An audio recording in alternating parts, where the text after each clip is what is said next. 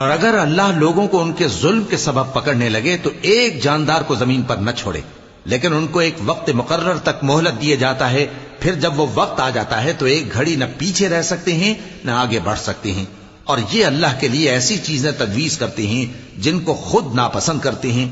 اور زبان سے جھوٹ بکے جاتے ہیں کہ ان کو قیامت کے دن بھلائی یعنی نجات ہوگی۔ کچھ شک نہیں کہ ان کے لیے دوزخ کی آگ تیار ہے،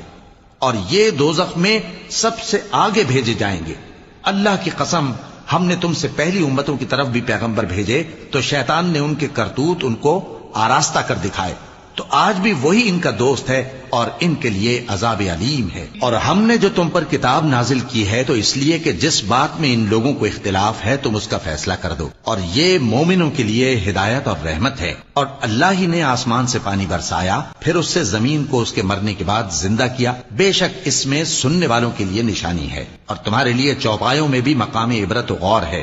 کہ ان کے پیٹوں میں جو گوبر اور لہو ہے اس کے درمیان سے نکال کر ہم تم کو خالص دودھ پلاتے ہیں جو پینے والوں کے لیے خوشگوار ہے، اور کھجور اور انگور کے میووں سے بھی تم پینے کی چیزیں تیار کرتے ہو کہ ان سے شراب بناتے ہو اور عمدہ رزق کھاتے ہو۔ جو لوگ سمجھ رکھتے ہیں ان کے لیے ان چیزوں میں نشانی ہے۔ اور تمہارے پروردگار نے شہد کی مکھی کو ارشاد فرمایا کہ پہاڑوں میں اور درختوں میں اور اونچی اونچی چھتریوں میں جو لوگ بناتے ہیں گھر بنا، پھر ہر قسم کے میوے کھا اور اپنے پروردگار کے صاف رستوں پر چلی جا۔ اس کے پیٹ سے پینے کی چیز نکلتی ہے جس کے مختلف رنگ ہوتے ہیں، اس میں لوگوں کے لیے شفا ہے،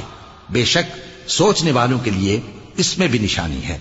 اور اللہ ہی نے تم کو پیدا کیا، پھر وہی تم کو موت دیتا ہے، اور تم میں بعض ایسے ہوتے ہیں کہ نہایت خراب عمر کو پہنچ جاتے ہیں تاکہ بہت کچھ جاننے کے بعد ہر چیز سے بے علم ہو جائیں۔ بے شک اللہ سب کچھ جاننے والا ہے، قدرت والا ہے۔ اور اللہ نے رزق و دولت میں بعض کو بعض پر فضیلت دی ہے، تو جن لوگوں کو فضیلت دی ہے وہ اپنا رزق اپنے غلاموں کو تو دے ڈالنے والے ہیں نہیں کہ سب اس میں برابر ہو جائیں، تو کیا یہ لوگ نعمت الہی کے منکر ہیں؟